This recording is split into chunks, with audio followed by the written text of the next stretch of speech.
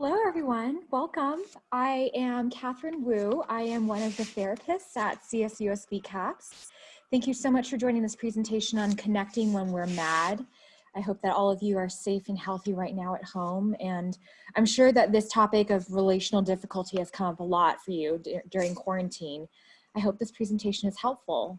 Before I start, I'm just going to note that I'm going to choose to respond to Q&A at the end. If you could choose to send your questions there rather than via the chat feature, which would have me kind of seeing all these notifications pop up and distracting the presentation, that would be wonderful. I'm just going to repeat this a couple of times because I know that people are going to be popping into the workshop at different times, depending on when they remembered it was happening. So just know that that's going to be coming. All right, connecting when we're mad. If we will, there we go. So this presentation is structured into two really broad overarching themes. The first part of connecting when we're mad at someone else or when someone else is mad at us or both is learning how to validate other people. And we're going to talk about why we don't validate, why it's scary to validate, how to validate, what it feels like when we're validated. And then we're going to talk about the other side of the equation which is being able to express our needs via a formula called I feel statements, which is something that we therapists often teach to every single one of our clients, if that's applicable. They're very useful, and I'm very excited for you to have access to them today. All right, so validation. Validation is when we say something along the lines of, I understand and hear you, and I want to know more. It tells the other person that we are listening to them, that we are taking in what they say. And this is really, really important, especially when people are already kind of emotionally angry and they're in that headspace of, I'm right, you're wrong, shut up. Or if they're in that place of, you never hear me, I'm feeling so hurt right now and I just want to walk away. And I want to note that our culture is not one that teaches us to know automatically how to validate. So if this is the first time in your life that you're hearing how to do this, you're definitely not alone. So one example that I want to kind of play with is the phrase, what I'm hearing is you feel ... And this is a great example of validation because it allows you to reflect what the other person's saying, to mirror them, and to allow them to feel that sense of connection with you and that effort coming from you without you necessarily saying, you know what, you're right, I'm so awful, right? Which is one of our fears when it comes to validating or even hearing other people. It's that sense of like, I'll be hurt, I'll be too hurt, or I'll be giving away ground. So when I say what I'm hearing is, you feel really sad that I took the last frozen pizza when you bought it for yourself. I'm not saying I am a pizza thief and I deserve to go to jail. What I'm saying is, man, I see you. Okay, yeah, I understand what you're saying to me. Another way of validating is being interested. So after we've kind of heard them out and reflected them and said like, all right, this is what you're feeling, I see that. Or this is what I'm hearing you say, you want this, or you think this, or you're afraid of this, right? Because it doesn't necessarily need to be you feel this. We can ask at the end, what am I not getting? And when we ask this kind of clarifying question, and I'll give you examples of other kinds of similar things to say, it really says to the other person, even if we're mad at them and we don't want to get anything, this like phrase conveys to them that you are worth getting. Ultimately, our relationship matters to me. I am able to hold that space, right? And here are some examples that I wanted to give you in case you have your phone and you want to take your phone out and just take a picture of a couple of examples that you could literally coach yourself to do the next time that you're in an argument or even prepare for a really difficult discussion. This could be with a coworker or with a boss. It kind of works at all different power dynamic levels. Some of these that I include are, I would be sad too. That has to be so hard. So that shows some empathetic reflection, right? I can't imagine how hard this is. Do you feel in a way you were blindsided? So that's used in the sense of like, all right, so I'm hearing a lot of betrayal. Do you feel in a way that you were blindsided? Or do you feel in a way like you're being ignored by me when I say this, or that you're being disregarded by me, right? This means a lot to you. That's another really good empathetic reflection.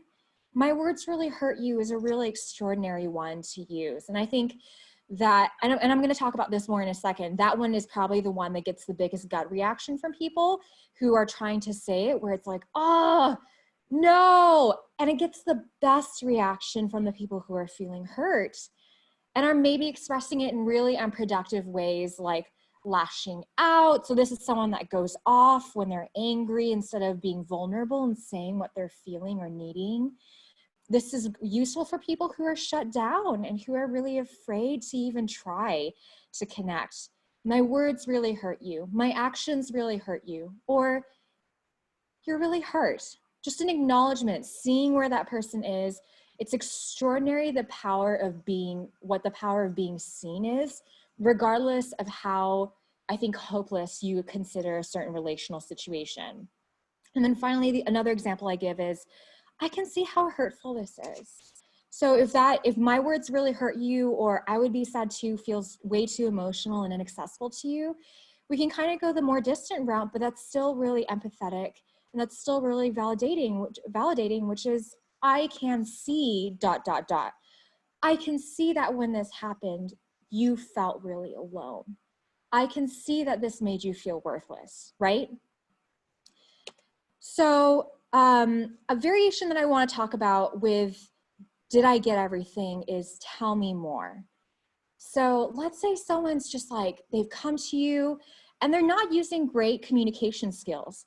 They're coming up to you and they're saying, you never wash the dishes. We're all stuck in here because of COVID-19 and you never wash the dishes. I will die of bacterial infection because you're infecting me with your disgusting dishes. And they're just going off on you, right? One thing we can do to calm them down is be like, whoa, it seems like you're really upset. And then when they're like, yeah, I am really upset. The moment they start accessing their emotions, you start to become their ally, right? They start to become your ally because the ultimate goal is connection. And when they acknowledge that, you can be like, tell me more. I really want to hear about this. And some of you are cringing at home being like, listen, I do not want to invite more of that nonsense. I do my dishes. That was my brother. Or some of you are listening at home and thinking, I don't have space for that right now. I have my own COVID issues. I hate online schooling. And I understand that there's, everyone has limited capacities. I'm not telling you to be Superman, right? I'm telling you that when you are open to this tool is really extraordinary of being able to say, all right, tell me more.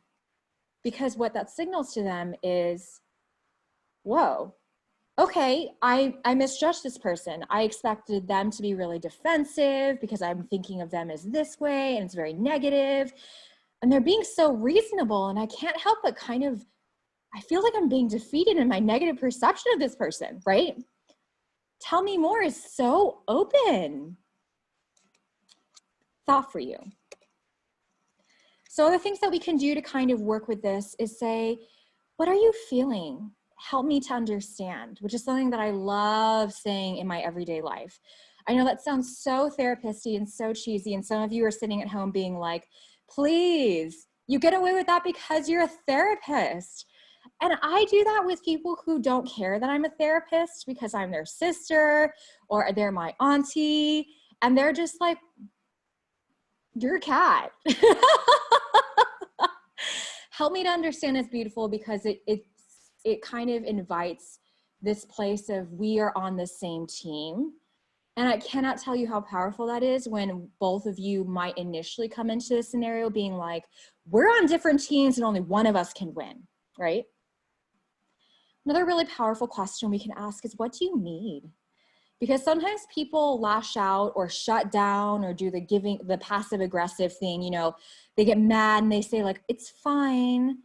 And then when they're out with their like bros, they like intentionally do something that pisses you off, or they like share something that is embarrassing for you, right?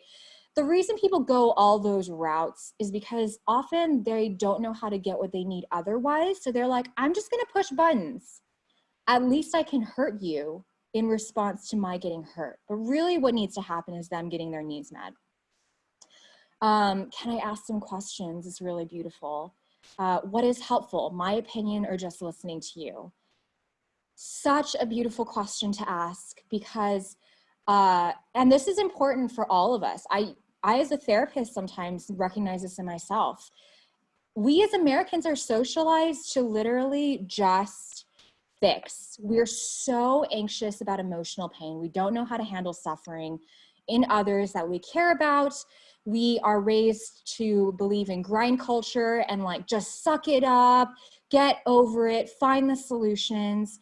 That when someone is coming to us and needs validation or needs just a space to vent, no matter how like quote irrational or quote childish, it doesn't matter. We just react and go, let me fix you. You're a problem that needs to be fixed, right? And then that gets a reaction from them. And really, most of the time, we need to be the people kind of aware of our own anxiety and the way that we need to fix and say like, what's helpful? Some people do want solutions, right? Some people are in that place of like, I've been validated, I feel really validated, I want solutions now. Then a lot of people are in that place of like, listen, I just need a safe place to talk because my mom already fixes me, my sister already fixes me, and this professor is really driving me completely insane with her like insane online etiquette mistakes, right? Or my boyfriend's driving me insane with his like, just like weird things now that I'm stuck with him 24/7 and we live together. What is helpful? I know that this is a lot to process and I want you to feel free to just go back to this. We're gonna be uploading a recording later. You can also email me for this PowerPoint if you're feeling a little bit flooded right now with all these suggestions. Just know that this is gonna be here for you later, okay? All right, I'm gonna move on, but you can come back. Let's talk a little bit more about why we don't validate. The first reason that I hear when I talk about validating in interpersonal communication with clients, but also other people in my life is this is enabling. And so this kind of goes back to this idea of like, we have grind culture, we really don't know how to handle emotional pain. And we also get really scared of like being the victim of like, you know, really bad emotional cycles or like bad behaviors, which is valid, right? We get so scared of validation because we think that validation is the same exact thing as saying you should do the worst possible behavior. You should absolutely go and trash this person's house, or you should fire this angry email to this professor. Or we're scared that it means that we're saying it's okay to abuse me. It's okay to hurt me. And I'll talk a little bit about that later because these skills do not apply to a situation in which you are like being physically, emotionally, or sexually abused and assaulted. So just keep that in mind. If someone is like beating you up, this is not a situation where you're like, tell me what you're feeling, right? That's the caveat that I want to kind of introduce to you for later. But yeah, enabling is a huge thing. And then I'll suck at it is another thing. A lot of you might have cringed in response to the examples that I gave because you kind of just felt like, okay, in addition to feeling like I'm going to enable the worst parts of them that, by the way, this entire conversation is annoying to me, I'm going to be so bad at this. They're going to think I'm so fake. They're going to think I'm so manipulative. And also, I just don't like failing at things. Very valid. Very, very, very valid. I felt that way the first like 10 times I tried to validate, right? It's really scary because it's new. And then there's this final note that I've talked about a lot more earlier in my workshop, which is just like, what about me? Like, Kat, you're telling me to get like all this information about this other person's needs. What about my needs? What about this, the fact that this person is not picking up their dog's poop on my lawn? What about the fact that I'm right and they're wrong because they're just like a hormonal 12-year-old lashing out at me? What about the fact that I deserve boundaries? And I think that these are really kind of profound examples of the fact that we are not good with boundaries as a society. We feel like we have to negotiate boundaries sometimes in these really harsh ways. And it's not because we're like mean people. it's because we don't know how to handle things, and we're often not given role models who know how to handle like really delicate, vulnerable communication about needs and feelings. And more often than not, we're taught that those conversations are invalid. So if this is a lot to process, and if you identify with these 3 reasons, it makes a lot of sense. It doesn't mean that you're going to be bad at validating. I felt this way for decades of my life, and I'm still able to validate because people are able to change, and feeling scared doesn't mean you'll be bad at something. Yeah? All right. So let's talk about, again, like, we're scared that they'll hear all these, you know, I'm enabling you, or my needs don't matter. You know, we're scared that the messages sent by validation are like horrendous and they will ruin our lives. Here's what they actually hear from you when you use these validating tools that I've given you. They hear, you hear me. Oh my gosh, you actually hear me. You like see, I am seeing. They also hear, oh my gosh, my emotions don't scare you. And no, their emotions may scare the crap out of you. They make you angry, want to run away, want to explode. The point is not that like you are this Zen master out in the mountains. The point is that you are able to handle yourself in a way that allows them to feel safe and be like, even if they're feeling overwhelmed, or even if they have a reaction to me because they're human, they're not going to flip out or punish me for having emotions, which, as a lot of us, as any of us know, if we have friends who've told us about their families, a lot of parents like tell their kids from a really young age, you better stop crying or I'll give you something to cry about. They tell their kids, your emotions will be punished. Your emotions are invalid. And so we grow up with this idea of like, man, if I genuinely share my negative experience with someone, with that person, I'm going to be punished the same way I was in my family system. I'm going to be punished the same way I am in my larger society because I'm seen as an angry minority if I say something, or I'm seen as an angry LGBTQ person if I say something, right? So our experiences play into this. And then when people feel not scary in that expression of their vulnerable negative emotions, that's incredibly powerful. All right, another thing that they hear is like, this person is safe to disagree with. Like, they don't demand that I be this paragon of like the yes man. They don't demand that I even have the same experience as them. They don't expect that I think of them as this like perfect, amazing person who can never offend them. And they are safe in the sense that like, they know that they can make mistakes and they're willing to hear it. They're willing to own up to it. And genuinely, as opposed to the kind of double talk that we see a lot in today's society. Hey, I just want you to be genuine and authentic with me. Please let me know if I've offended you. And then when you do tell them that something that they did really hurt you, they're like, okay, I see that I really hurt you, but also you were completely wrong and I was so offended at this. Listen, that's not being open. That's pretending to be open so you can get credit for it. And then coming back and being defensive and not like owning that, right? When we validate and just sit there and like absorb and like allow that person's experience to be their experience, there's this incredible new experience of yourself that they have of like, wow, you're safe to disagree with. You actually mean it when you say that you know you're an imperfect person. And that's really, really important. All right, so if anyone went to my last workshop, you know that I'm an interactive workshop presenter. For those of us who are here for the first time with me, I'm an interactive workshop presenter. And I'm also gonna take this time to remind you that if you came in a little bit late, I'm gonna ask you not to send questions via chat. I'm gonna be answering everything via the Q&A at the end. So if you feel like I'm ignoring you, I validate that and I understand, and I will go through everything as much as I can at the Q&A. All right, so going back to this in the practice round, I want to give you 1 minute to just think about someone in your life who you are afraid of having conflict with, currently having conflict with. It's probably someone that you're quarantined with.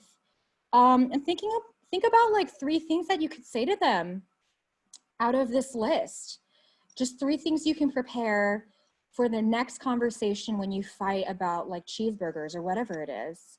Because underneath what seems trivial is a lot of hurt, right? That can be resolved. So I'm setting a timer on my phone. I want you to think of that person. You don't have to have like a piece of paper out or anything. You can write this on your phone or even schedule it into your calendar. And go.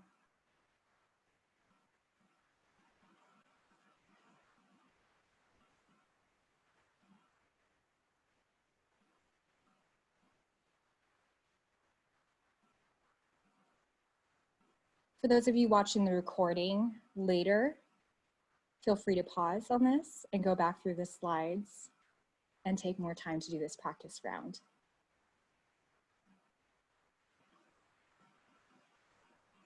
All right, you have 30 seconds left. Just continue to think about the last maybe 2 things or 1 thing that you can say to that person when they're about to get in your face or do something really passive aggressive.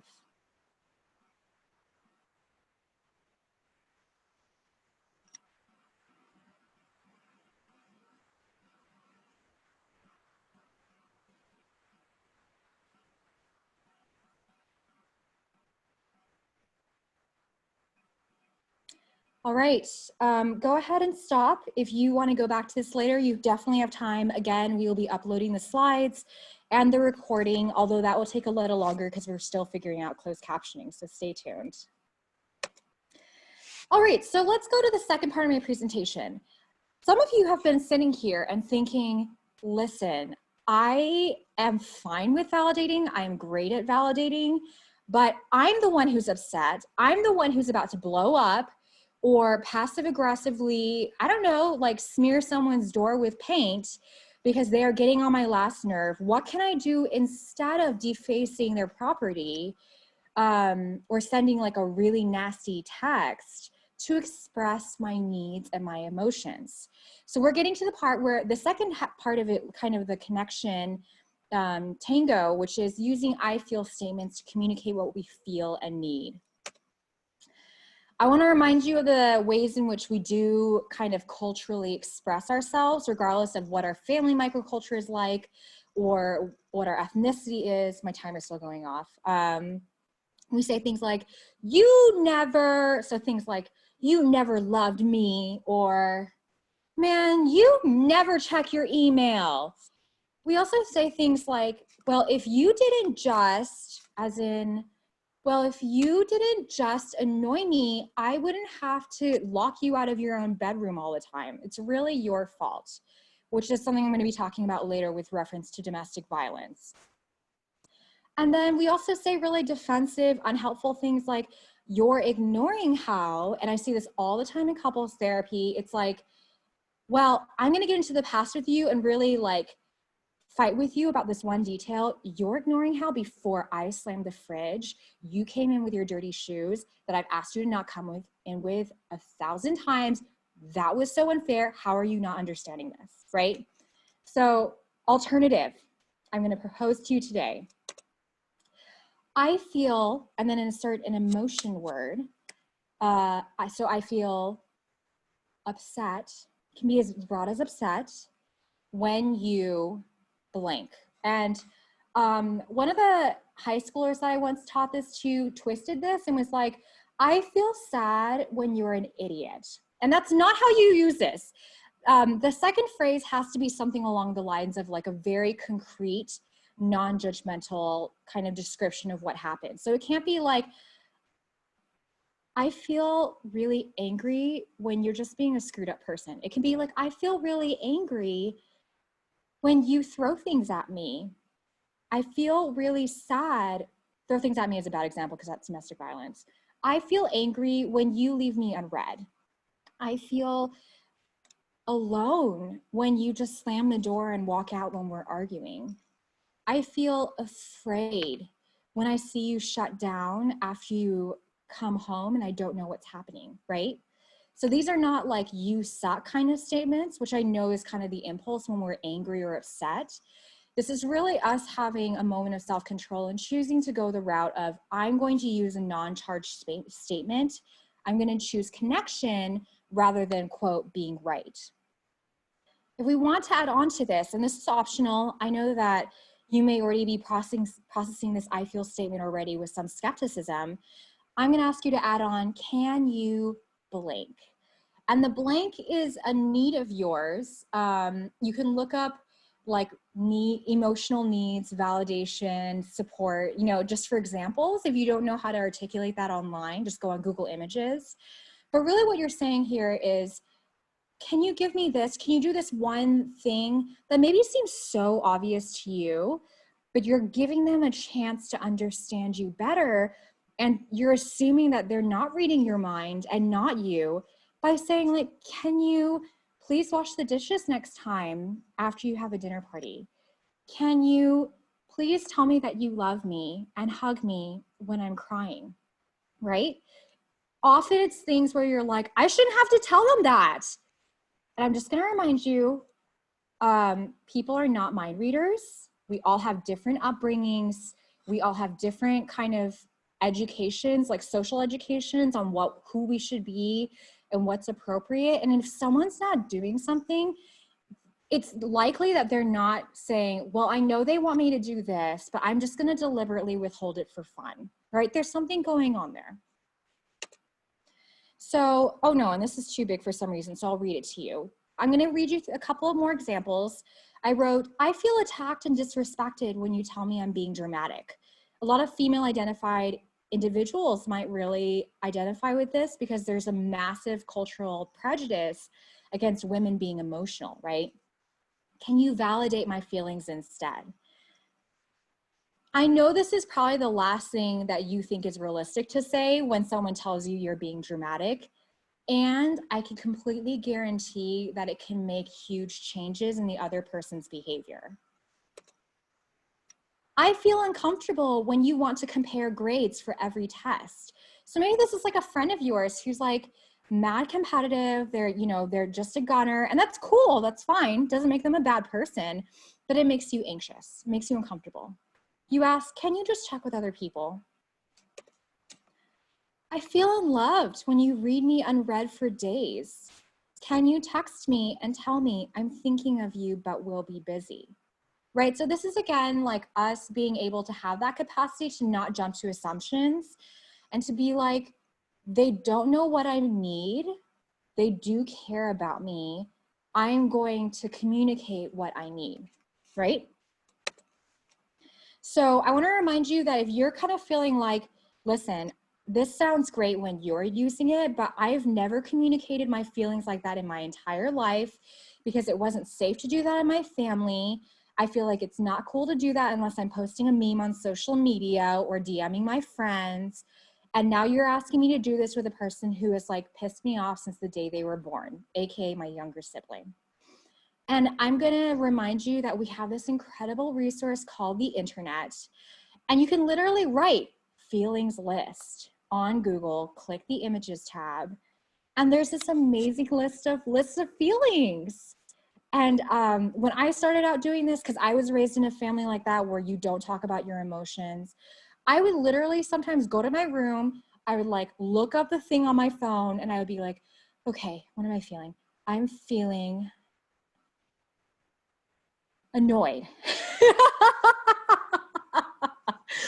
Or I would say like, I'm feeling despair.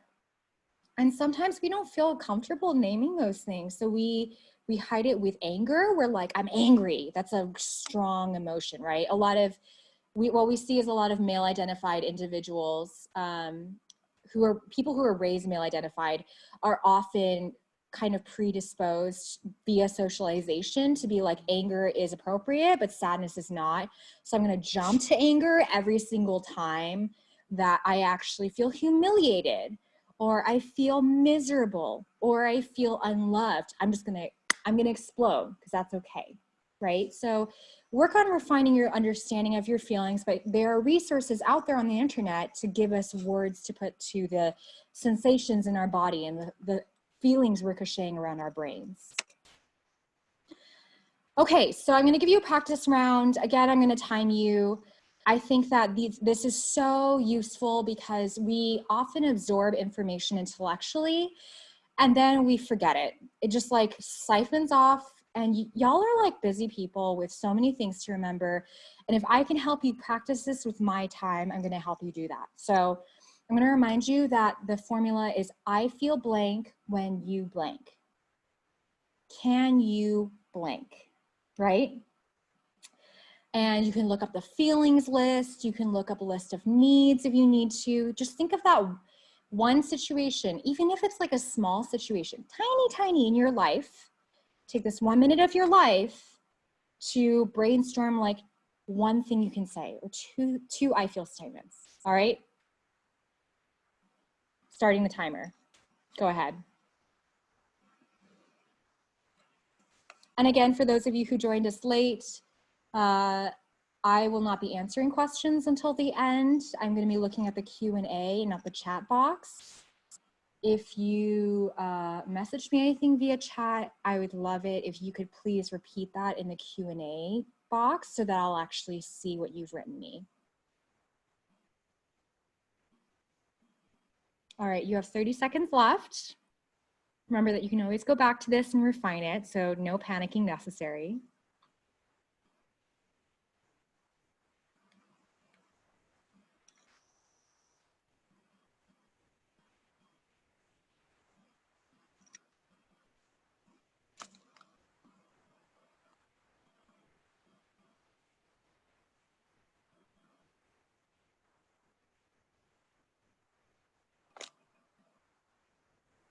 All right, go ahead and wrap that up. I don't care how you feel you did amazing just by trying. You really, really did. If you want to revise it, if you want to run it by other people, I really encourage that. I think feedback is amazing because other people can tell you if you are still writing really charged statements, like, can you please stop being a fool?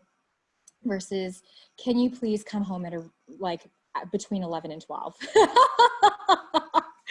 So accountability is helpful for me as well. I'm human too. I encourage you to do that. So this last bit is about what happens if like both sets of tools didn't work.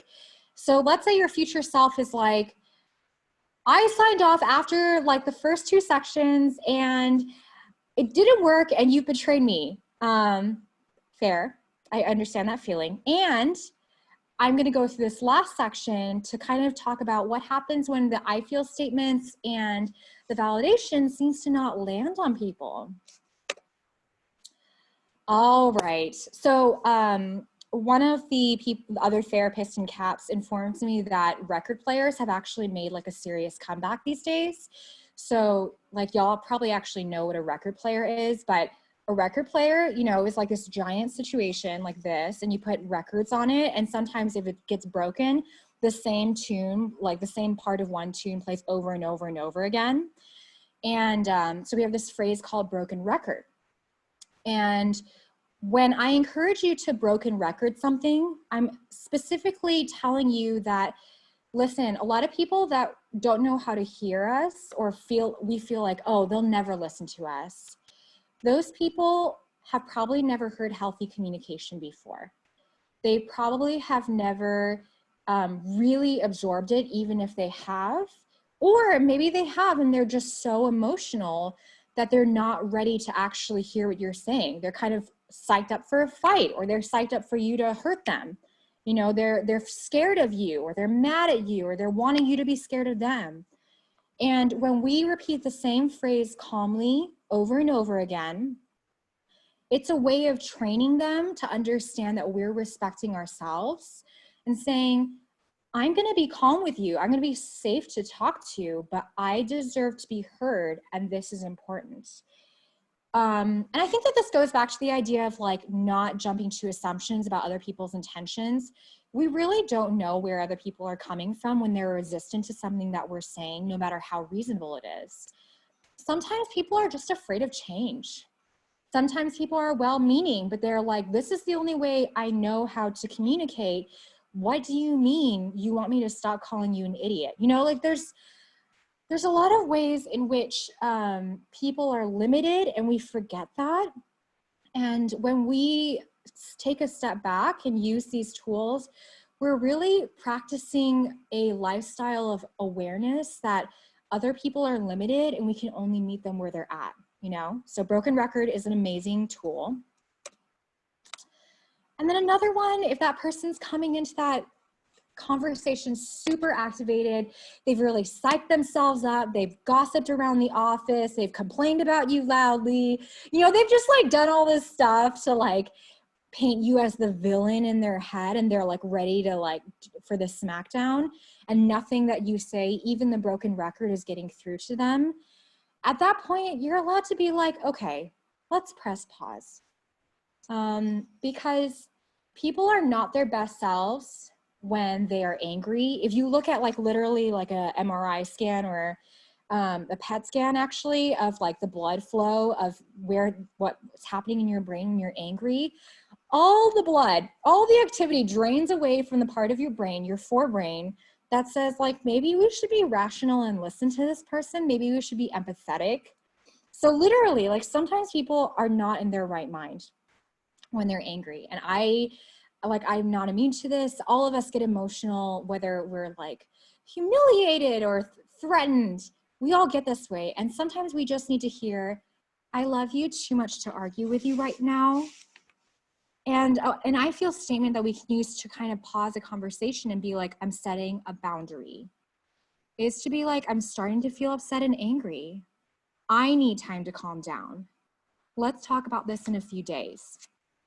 What's really key about this last phrase is let's talk about this in a few days versus I just need time to calm down. Because when we set that extra schedule, or when we create that schedule for like, we will talk about this, it reassures the person that we're not just like trying to like slide around the conversation, which is a real issue which is really something they're assuming about you if they've made you out to be a villain in their heads. You know, this disrespectful person, this like oppressive person, they need to know that you're taking their concerns seriously, even as you're communicating to them like, I'm starting to feel really upset. I'm starting to tear up. I'm starting to cry. I can't stop crying. I need some time to calm down. Can we pause this conversation and come back to it in an hour, in a day, in a week, right? And then finally, I just want you to know that these tools are here for you to feel like you are doing what you need to do on your end. I know that so many people question themselves when they've set boundaries in maybe like a harsh way or the only way they know how to set them. And they are like, oh, I feel so bad, but also I was right. And it leads to this like really weird self-justification cycle where you know you're doing it, but also you know that there's something wrong. This is for your freedom, okay? Like it's not for, I as a therapist know I can't control anyone with all the education in the world. And this is not about you taking on responsibility for other people's feelings or saying, well, now that I have attended this workshop, I can now fix my entire family and how they communicate with each other. No, no. What we are doing is we are saying, I'm going to take responsibility for being as thoughtful and as clear as I can about my needs, my experience, my feelings, my ability to receive, my ability to understand. I can control me. I can't control you. And if people are in a headspace, you know, you meet people who, with all the education in the world, will take what you say the wrong way. They will find a reason to gossip about you. They will find a reason to tear you down to your next partner or your next employer because they feel insecure or they feel angry. You know, there's buttons being pushed in themselves, and it's them, it's not you. This is about being able to do what you need to do for yourself so that you can feel calm about having done what you need to do, okay? So final thought for you, and I kind of alluded to this earlier, is about domestic violence. Everything that I just said about sometimes it's just them and you cannot fix a situation applies 100% to domestic violence, okay? If someone makes you afraid for your life, threatens your children, your younger siblings, keeps your dog as hostage, if you're constantly tiptoeing because someone's going to explode, this could be emotionally too, you know?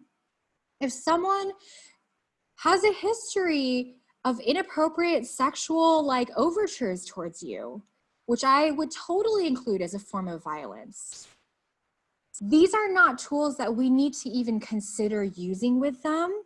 We need to learn how to be safe. We need to find safety. We need to find allies. We need to find resources that we can trust. We need to maybe talk to someone in CAPS and be like, hey, this is what's going on. We need to find like tools for being able to emancipate ourselves, or tools for being able to financially support ourselves separately. And I know that it's so hard right now because of quarantine, and I know that domestic violence has escalated. It's happening all over the country, and some of you who are listening are undoubtedly experiencing that or have experienced that. And I just want to say that your experience is so valid.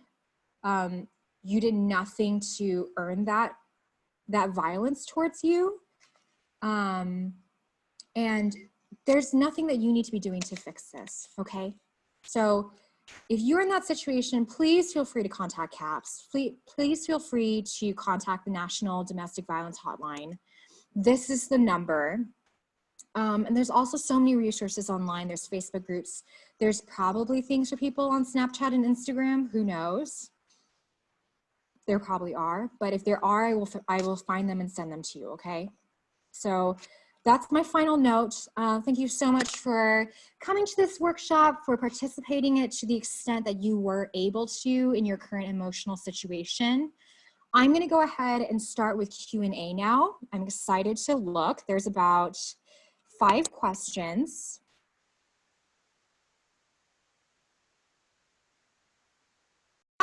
Yes, you can. So we will be uploading recordings. Please have patience with us. We're still working on the technology. None of us anticipated the switch to COVID, and we've always done workshops in person. So we're working on it. We will get it to you as soon as possible. Thank you for asking. All right. I have difficulty saying the right things when I get upset. Things get escalated. What is the best approach to not allow them to get me express being upset and irritated with them? Okay, so my first thought for you is that you are responsible for your emotions. Like, people say things like, I wish you hadn't made me do that to you. And that's not valid. That's not valid. And I know that you didn't mean it that way. I'm just gonna say it for everyone. No one is in control of anyone else's responses, no matter how much they try to give you that responsibility. You're in control of your emotions and your responses, even if you've been taught that you aren't. So second thing, let me go on to the actual question. If you have difficulty saying the right things when you get upset, you are there with 99% of the human race. And I think that if you can feel yourself getting really activated immediately, I want you to go immediately to the press pause and be like, you know what?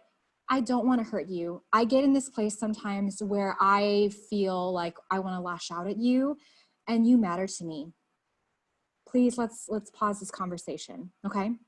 You can also have talk to a therapist about this. There's often a lot of underlying trauma issues that occur when we have this kind of mentality of like, other people just push my buttons and I can't. That signals to me as a therapist that people in your life treated you that way, and you didn't learn at an early age how to regulate your emotions in a safe way. And that's, again, like 99% of the population. All right, someone else asked, can it, okay, this person's asking about a variation on the phrase I feel, so, which is great. Can it be, I feel such a way when you say certain thing? Absolutely, perfect usage.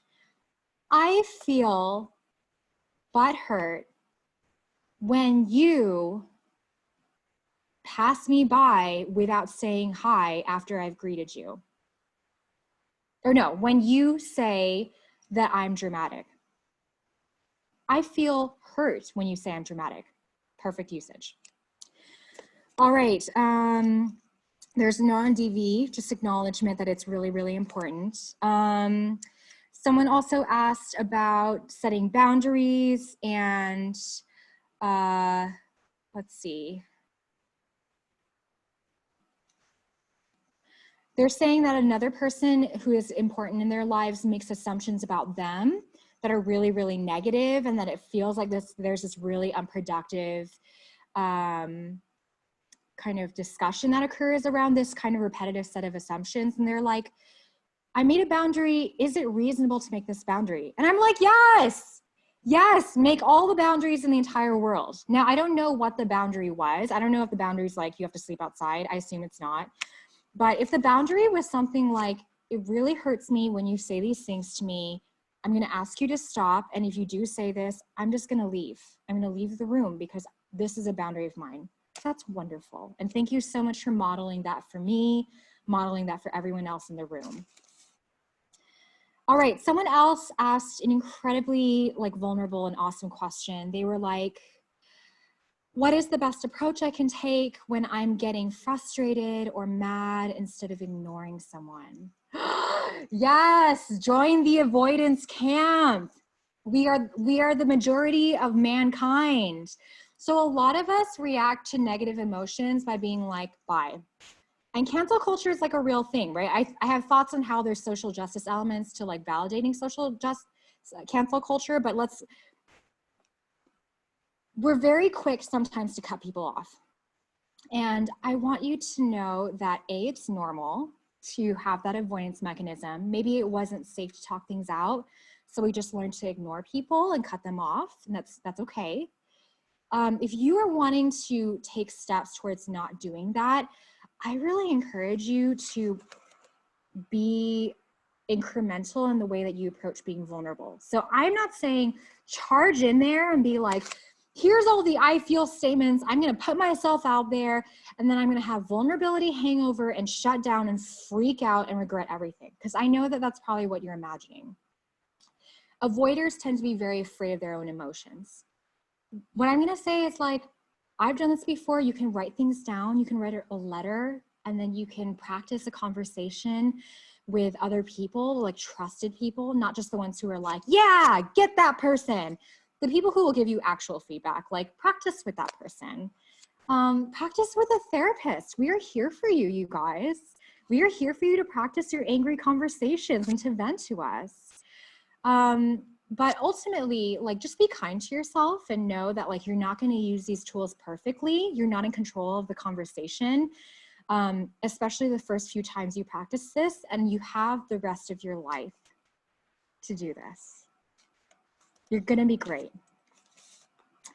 All right, next person asked a great question about addressing passive-aggressive people. All right, so the first thing I want to say is that passive-aggressive people, how I conceptualize them is that they don't know how to get their needs met, which is true of again, 99% of the population.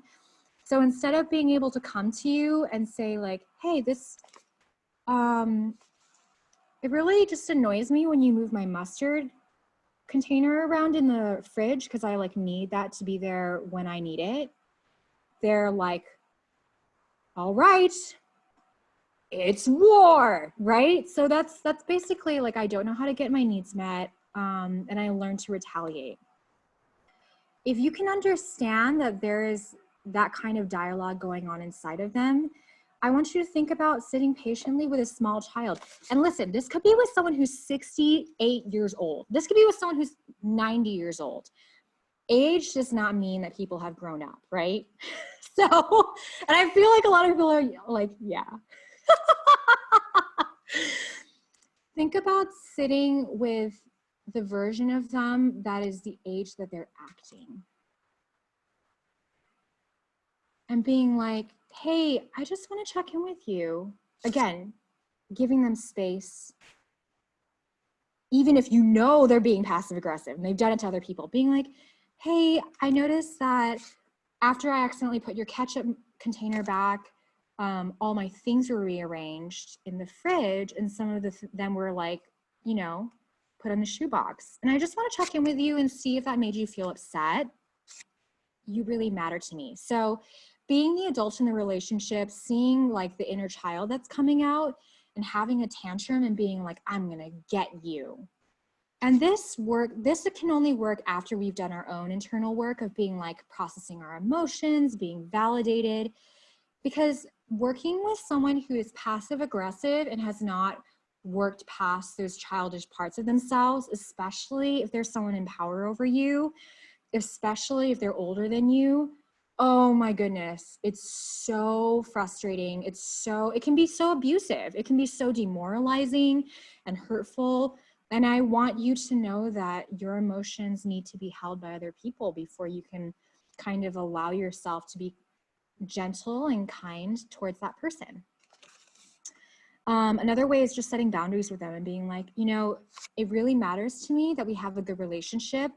We've talked about this before. I've had these conversations with you. And because of this repetitive behavior, it really matters to me that you know that it's not okay that you do this. I can't control you, but I'm telling you, it's not okay that you do this. All right. And we can work on boundaries in therapy as well if you guys decide to come.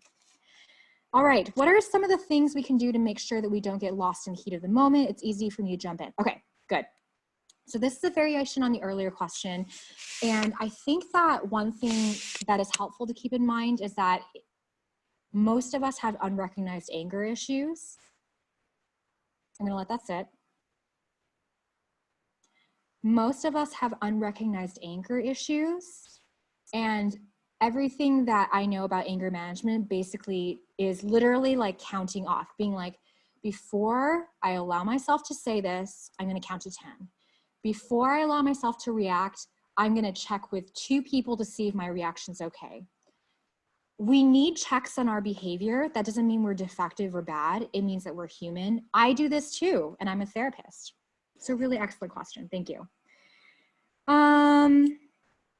All right. Someone's saying the webinars are really useful. Thank you so much. There's a counselor for crime survivor services, which is an umbrella of San Bernardino Sexual Assault Services, is available for Zoom and phone counseling. Excellent. So text this to all your friends in case they know someone who's experiencing domestic violence. Their phone number is 844-378-0586. And if the person who gave me that number could please email me so that I could have that, that would be great. Okay. All right, next person. I am the type of person, I have 7 more minutes, so I will try to get to your question. If I don't, I will absolutely answer any questions by email, okay? I'm the type of person who cries whenever I argue, no matter what the argument's about. Okay, so this person's just like, how can I even like talk to them if I'm crying?